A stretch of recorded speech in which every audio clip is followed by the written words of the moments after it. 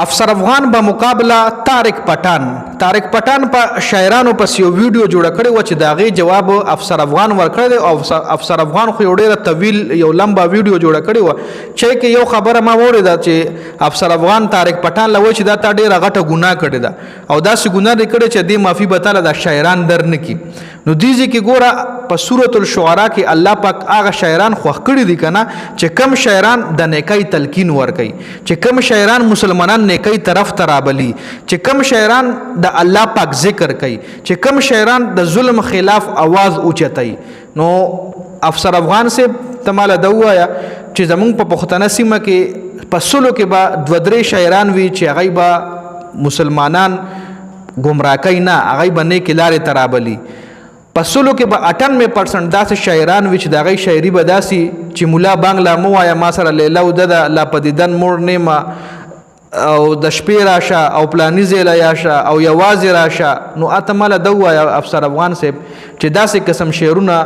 آیا زمونږ د اسلام خلاف دي که نه لکه دومره علم خو تا سره مشته که نه طارق پټان خو صرف هغه شاعران یاد کړي وو چې کم شاعران د اسلام خلاف زی په سورۃ الشعراء کې الله پاک هغه شاعران خوښ کړي دي چې کم د نیکۍ تلقین ورکوي چې کم شاعران مسلمانان نیکۍ طرف ته رابلي او زمونږ د خوږ نبي هغه شاعران خوښ چې کم شاعرانو به داسې شاعري کوله چې هغه ټایم د صحابه کرامو جوش کې به هغوی راغل هغوی به ایمانونه مضبوط شول نو ته ماله ده ووایه افسر افغان صاحب ته هم یو شاعر تا یو داسې شاعري کړې چې هغې سره زمونږ ایمان مضبوط شوی دی تا یو داسې لکه شاعري څه شی دی لکه ګانه څه شی ده ګانه هم یو شاعري ده که نه نو چې ته وایې شاعر ډېر ښه شی دی او شعرونه ډېر ښه شی دي او اسلام یې موږ له اجازت راکوي نو بیا موږ له ګانې اورېدل ولې اسلام اجازت نه راکوي که نه هغې سره ځکه که ته وایې چې هغې سره دا ډومبکي یا باجې ماجي وي نو غانا موسیقي چې کم دی دا په اسلام کې ګوره چې کم سړی وي په دې دنیا باندې موسیقي واورېده نو هغوی په هغه دنیا د جنت موسیقي نه اوري او هغوی له په غوږونو کې سیسه اچولی کېږي جی نو افسر افغان صاحب او طارق پټان صاحب ګوره دواړه ښه د علم نه ډک خلک یې موږ د ستاسو مخکې داسې یو لکه معمولي غوندې ټینې معمولي لکه داسې یو چې بیخي زموږ د ستاسو مخکې لکه موږ خبرې داسې دي چې لکه نتنګ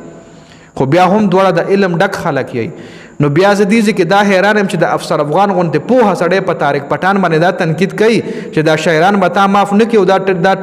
دا ډېر غټ جرم کړی دی طارق پټان هغه شاعران یاد کړي دي چې هغوی بټکتا هوا شاعري کوي ګوره په سورۃ الشعراء کې ګوره الله پاک دا هغه شاعران خوښ کړي چې څوک د نیکۍ تلقین کوي د الله پاک ذکر کوي د ظلم خلاف आवाज اوچتوي قابل کم شاعران نه دي خوښ کړي هغه شاعران نه دي خوښ کړي که نه ودرېږه چې هغه هم د لویم په سورۃ الشعراء کې آیات نمبر 224 نواله 26 پورې چې کم آیات درې آیاتونه دي دې کې الله پاک هغه تشریح څه دغه رنګې ده چې الله پاک په دې دغه کې وایي چې هغه شعرا باندې الله پاک تنقید کړی دی چې څوک بې مقصده خیالي خبرو کې ځان دغه کی او فتنه انگیز اشعار پڑھتے ہیں نو تماله ده ووایه وروره چې دا کومه شاعري نن سبا موږ د ګانو کې اورو یا دا کومه شاعري چې یو هلک او جینۍ یو بل ته مخامخ کیني او شعرونه وایي جانانه ته داسې او جانانه ته به داسې وکړم او جانانه ته به داسې وکړي او لاس په راکړي او نن د نرۍ کپړې تو کړې وي او باران کې لونده شوې ټوله مې ولیدې او ته ماله ده ووایه وروره چې دا د کم مذهب شاعري ده ګوره په سورۃ الشعراء کې 224 225 226 کې الله پاک وایي که نه چې جھوٹ بولتے ہیں وہ شعراء په هغه شاعرانو باندې الله پاک تنقید کړی چې څوک فتنه انگیز اشعار وای یا د دروغو شعرونه وای چې خپل هغه کار نشي کولی او هغه خلک گمراه کوي او خلک رابلی هغه کار ته یا جن کې پیچھے گمراه لوگ چلتے ہیں هغه شاعرانو خلکو پسې گمراه خلک چلی روره د ستاسو دغه شاعري به د هغه خلکو خوښی چې کم خلکو ایمان کمزور وي روره ګوره زه په چا باندې بیجا تنقید نه کوم خو دومره مونږ هم ګوره لږ ډېر پوهېږو سټډي کوو ګورو وینو عقل نه کار اخیستی شو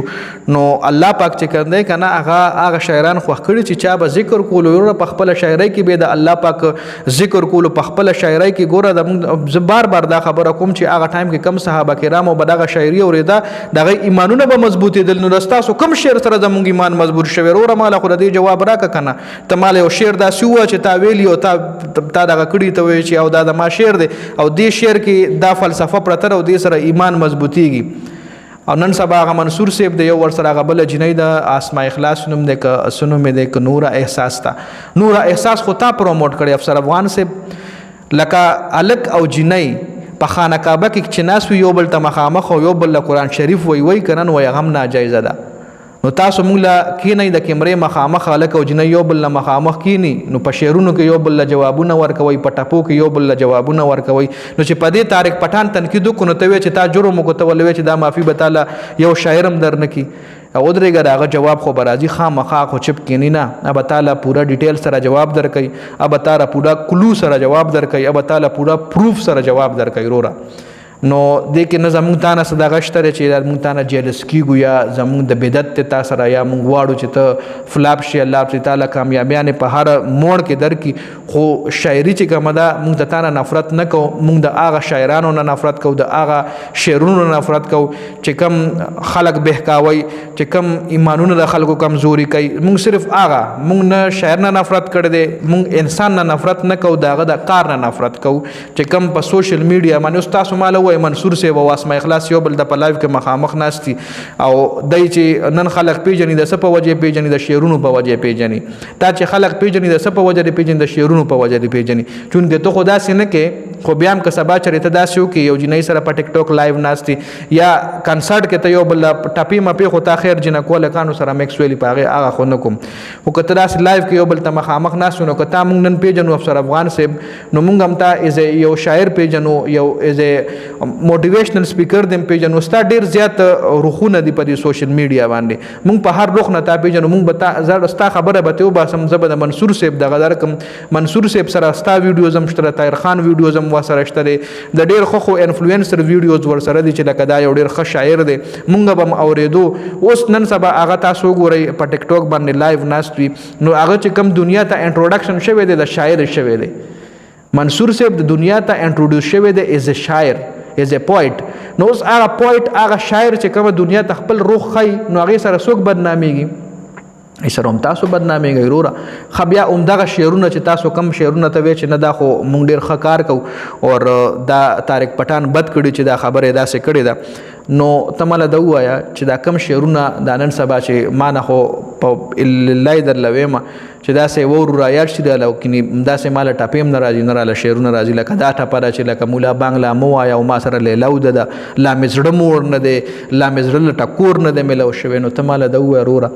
چې دا کومه شاعري ده، دا دې سره ایمان مضبوطیږي. یو یا تم یوازې راشه او پټه پټه راشه او زه به هم پټ درشم او داسې به وکړو داسې به وکړو، پرون باران او نری کپړې دې اچولې وي او ما ټوله ولیدې او دا ټپې وي، دا ستاسو ګانې دي وروره. دا د بل ځای خو دا خره بنګال شاعري نه ده، خو د پښتنو شاعري ده که نه وروره. نو په دغه شاعرینو، په دغه شاعرۍ او په دغه شاعرانو طارق پټان تنقید کړی دی.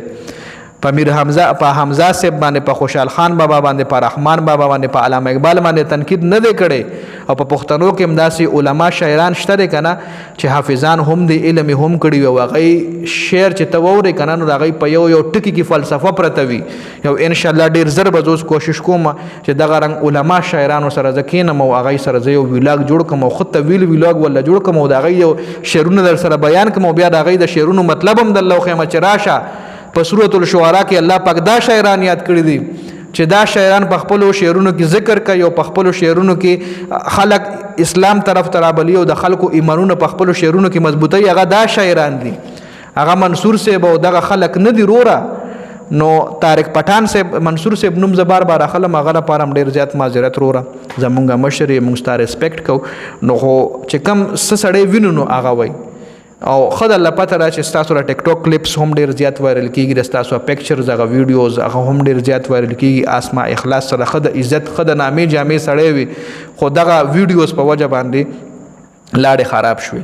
نو ګوره یو سړی هم فارغته نشته دی، هر چا کې نګیټیویټي شته دی، خو داسې ګناه باندې فخر کول هغه ډېر بد نصیبه انسان دی، او یا ګناه کول او هم د کیمرې مخې له کول لکه په ځان باندې ګواهان جوړول او بیا خوشحالیږم چې لکه ما خو دا کار کړی دی 1 ملیون ویوز شو، پې 1 ملیون خلک په ما باندې ګواهان شروع را. 1 ملیون مطلب دا سو چې 10 لک خلک په ما باندې ګواهان شروع را. نو د اساس شو دا په خپل ګناه باندې فخر کولی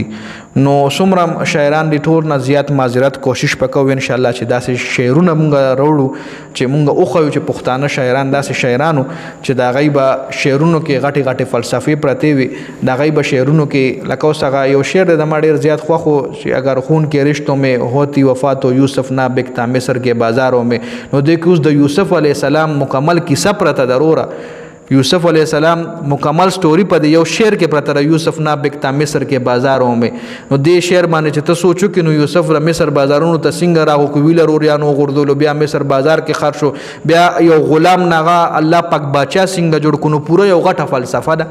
نو دغه شاعران مونږ یادو چې دغه شاعران د الله پاک هم وختي او دغه شاعرانو په شعرونو کې یو غټ مقصد یو غټه فلسفه پکې پرته و نو اوس هغه شاعران تاسو مالو وای چې کم شاعران دغه شاعري کوي چې هغه سره تاسو الریډي پتر بار بار زه نیکسټ پین کوم نو طارق پټان دغه شاعران یاد کړو نو که په ویډیو کې زمانه څخه خبرې داسې شي وي چې هغه پتا سو باندې بد لګېدلی وي دغه زمازرت کوم او ویډیو جوړول یا داسې قسم خبره کول دا د هر چا حق ته تنقید برای اصلاح نه افسر افغان زما دشمن دی نه مې طارق پټان د ترور زوی چې دغه په فیور کې زم خو چې کم سه خوي خلبه خوایو خراب لبه خراب وایو رورا نو د ویډیو کتل ډیره زیاته مننه ویډیو ضرور مخکې ملګرو سره شریک کړئ والسلام